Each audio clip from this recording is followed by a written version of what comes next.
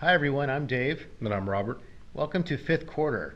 We're excited to share our podcast with you. We want to thank Chipola College for sponsoring our podcast.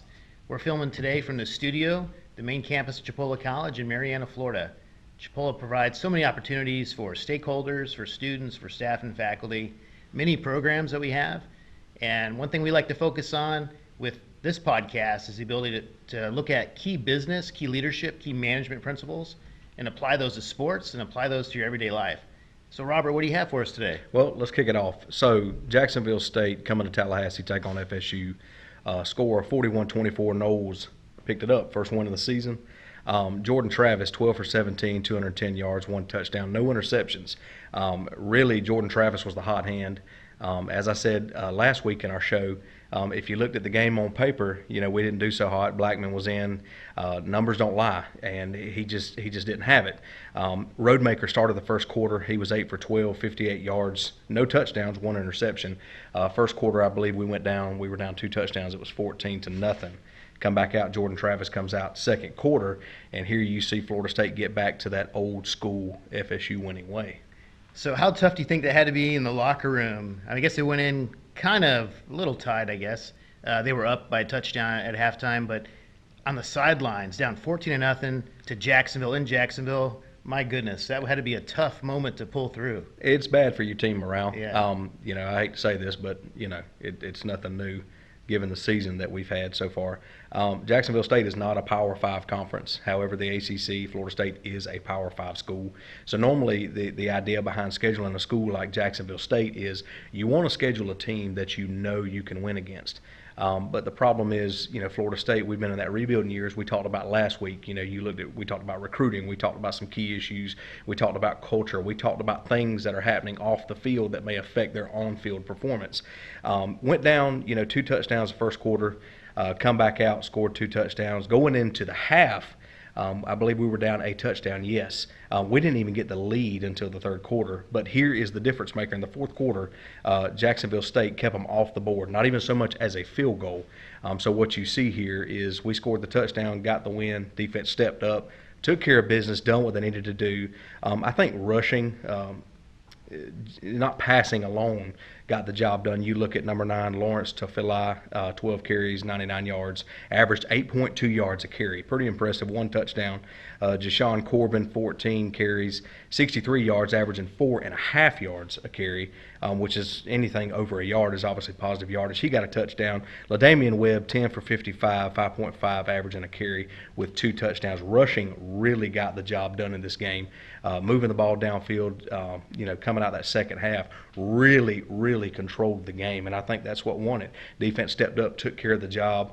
Offense scored points when they needed to. And that's the recipe for winning a football game, kind of the old school way of having almost 5 yards of carry, strong defense. That's going to win you championships. No doubt.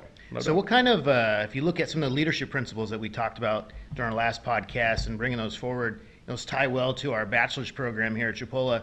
The thought of conflict resolution, what do you see if you were the coach there at halftime and the doors are closed? What are you targeting, you think, with the players? Well, here, if I'm the coach, if I'm Mike Norvell and I'm at Florida State, here's what I'd say. Let's first of all break down team stats. You look at Florida State. The whole game, they had 531 total yards. But going into the half, obviously being down a touchdown, that's not going to cut it. So if I'm Mike Norvell going into halftime, I'm telling my team, look, guys, we've got to execute in the moments that matter. You can't go out there lackluster on the field thinking, man, we're Florida State. We're a Power 5 school. Jacksonville State's not going to beat us. As I said last week, you cannot take a team like that for granted. The moment you do that, Jacksonville State's going to be like, all right, we got you right where we want you. And they proved that at the end of the first quarter, coming out scoring 2 touchdowns and held FSU off the board. So clearly for me, it would be play together, play for the man beside you. It takes 11 men on the field. That's one of the great things about the sport of football is it is an 11-man sport. 11 men on the field have to do their job. All 5 linemen up front have to block. Quarterback's got to find the open receiver. Linemen have to block for the running back. The running back's got to find the hole, cut it up, go. Yeah, very rarely can you win a game by yourself when it's a team sport. So Absolutely. They have to work together. One person not doing their job is going to let the person next to him down. If you're on the line and you kind of take a play off, well, defense could get an advantage. So that's huge. If you go back to the Georgia Tech game, the very first game of the season, thinking about how they were up and then they started just losing it, you could see that environment, that culture just wow, kind of weighing on their shoulders of where are we at, what's happening. This is FSU, like you said, one of the top programs in the history of college football. So this first quarter, they're down 14-0. Wow, to actually pull through that was some really good coaching. And this game by itself, I mean, the third and fourth quarter could change their whole season. And I heard this said before one time. It's not how you start so much as how you finish. And I'll even cross boundary lines. In a business world, you get a guy got a project, he wants to get a team together, and they got a deadline. You bring in the best guys that you can bring in, and you say, all right, you guys are experienced, you know what you're doing, let's get the job done. And then you may have those guys that may slack off, and you may say, well, let's try these two guys over here that have the heart and the drive. Experience, goes a long way, but if you got somebody that's got that drive and determination to win, I think that makes a big difference. And clearly here in this game, it showed. Florida State going into the half down a touchdown, they could have said, okay, we'll just lay down and let them have it. It's a short season, we're not winning. They can just have it, because the morale and the culture at Florida State is kind of like a balloon, Right. Just a little pin, pop, done. And players have to understand that in the real world, that's not going to cut it. In the real world, you're still going to have to get up and go to work every day. You can't quit on your family. You still have a job to do. You got mouths to feed. You got a family to take care of. And on the football field, if you can't cut it on the football field and you do things like that, and you carry that mentality with you after graduation, if you're lucky enough to graduate, because as I said last week, let the effort transcend into the classroom. Talent alone will only get you so far. And I'll say this again for those of you watching, academics are relentless. A torn MCL is not going to affect an academic scholarship. Wow, yeah, so sports, well said, Robert, are a great example of the everyday life of just the personal attributes you need, the teamwork that takes to be successful.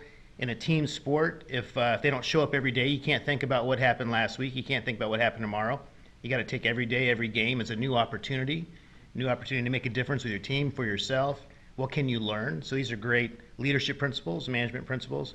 So they are now 1-2.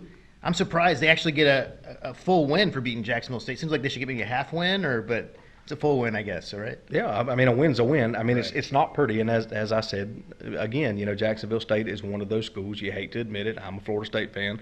But, you pick a school like that, and the intent behind it is, okay, we need to give ourselves the best chance to win. And Jacksonville State's one of those schools. They're an FCS school. FCS schools don't get a very good reputation. Everybody says, oh, you're playing a high school team, whatever. But the truth is, there's a lot of teams that do that. University of Alabama is one of them. University of Florida, Miami, So it's everybody. a good school to have come in for your homecoming game. Pretty much. Yeah. Excellent. So, yeah, great win for FSU. And we have a few other teams and games to look at. What do you got for us, Robert? Well, Tampa Bay taking on, and this one come down to the wire.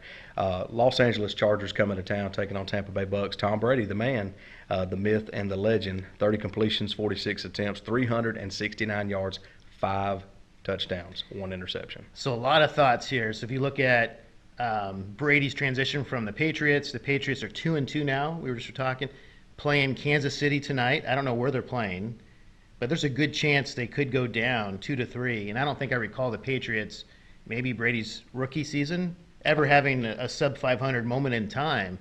So people have always said, who's the leader? Who's the person making a difference with the Patriots? They're both winners, both Hall of Famers.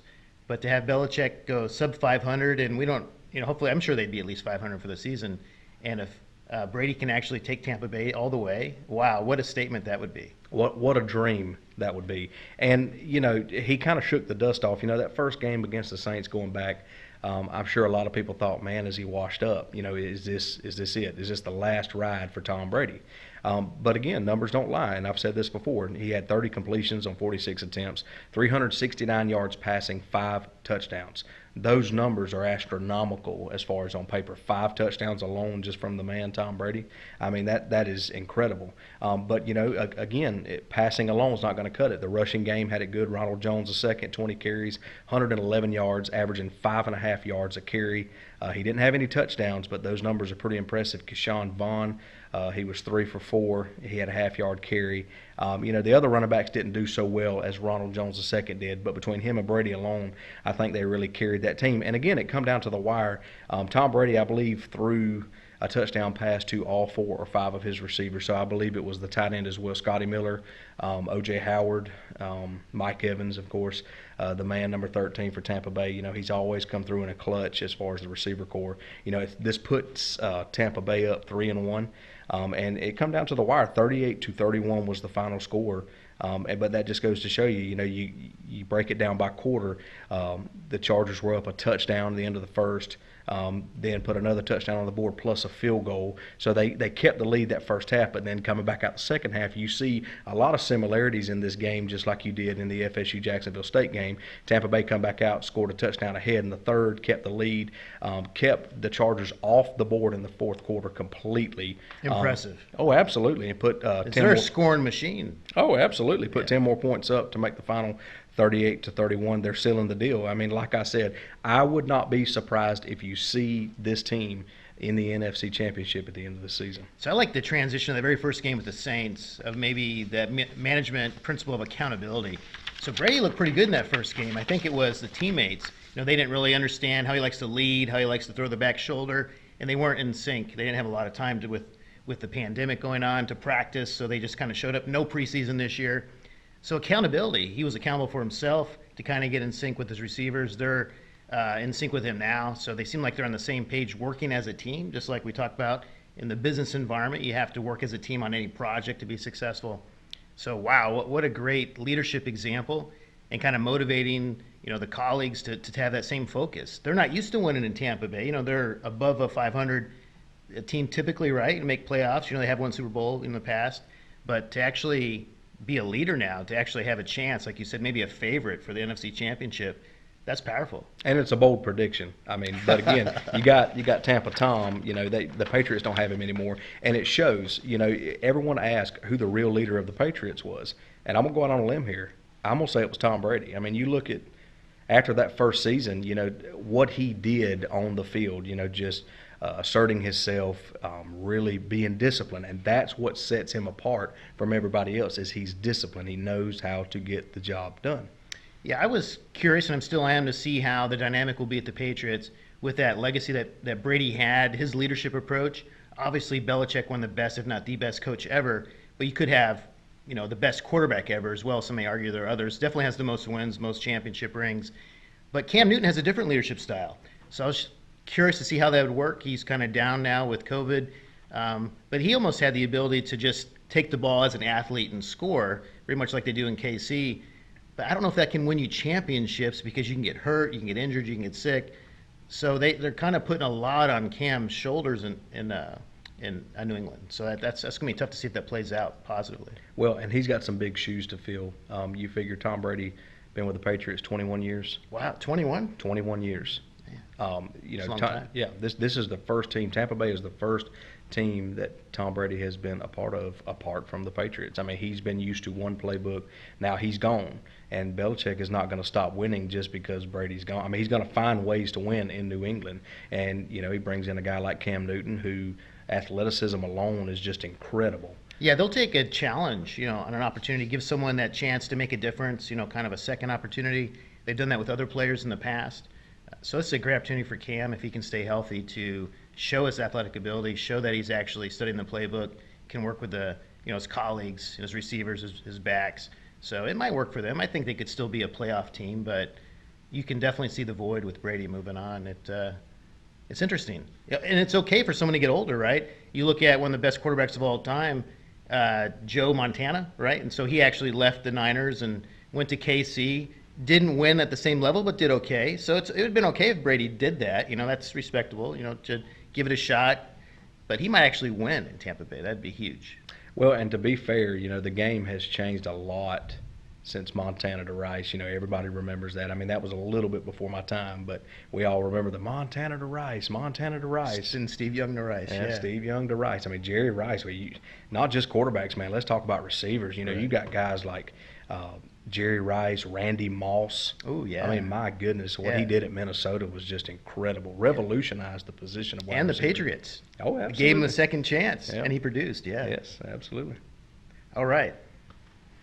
So what other concepts or angles do you have looking at the Tampa Bay game? To be honest with you, this is what I would say. Tampa Bay come in and rallied together, got the job done, stayed as disciplined as they could. And that's what I would tell a lot of young athletes, even those of you that are playing high school ball, is to stay disciplined, not just on the field, but in the classroom. I am big on that. I'm a big believer in what you do in sports, organized sports, and what you do outside of sports. They should go hand in hand. If you give up on the field, you give up on the court, chances are you're probably going to give up in life, and that is not the job of a coach. The job of a coach is to motivate you, to inspire you, and to help you, and to really improve on your character. So a big part of leadership is that coaching and mentoring, and Robert, that's a passion that you have. Yeah. The new coach in Tampa Bay, what approach you think he's taken to bring in someone like Brady and to connect these receivers, these younger players, with someone who's established? That has to be a challenge, and it seems like he's doing that well. And here's what I would say to that. That's Bruce Arians? Yeah, Bruce Arians. Yeah. Bruce Arians, very likable guy. Bruce Arians' mentality is, I believe there was a story floating around a couple years ago. He told his assistant coaches, he said, if you miss your child's recital, if you miss a game, if you miss Little League practice or whatever, I'll fire you. He told his coaching staff that. He said, you can make those hours up, you can make up work, but you can't get time back with your kids. So he's a very family-oriented guy, and I think his intent behind bringing Tom Brady to Tampa was Tom Brady really can be a family-oriented guy. He's a real team-first kind of guy. He'll sacrifice himself on the field, take the hits, if he needs to run out of the pocket, get some extra yardage, but he's disciplined. I can't get away from that concept. Tom Brady, in all aspects of the sport, is a leader. He's disciplined. He's the kind of guy that when everybody else is asleep, he's up at 3 o'clock in the morning in the film room correcting mistakes from the last game, even if they win by 2 touchdowns. He is that type of guy that he'll sit in the film room and say, okay, I need to correct that, and come out the next game fire on all cylinders. I got to think Belichick had influence on that approach. Oh, you hear Belichick lives in his office. So he does. Fantastic. So we looked today at the FSU game, and it was great to get a win going, get some positive momentum.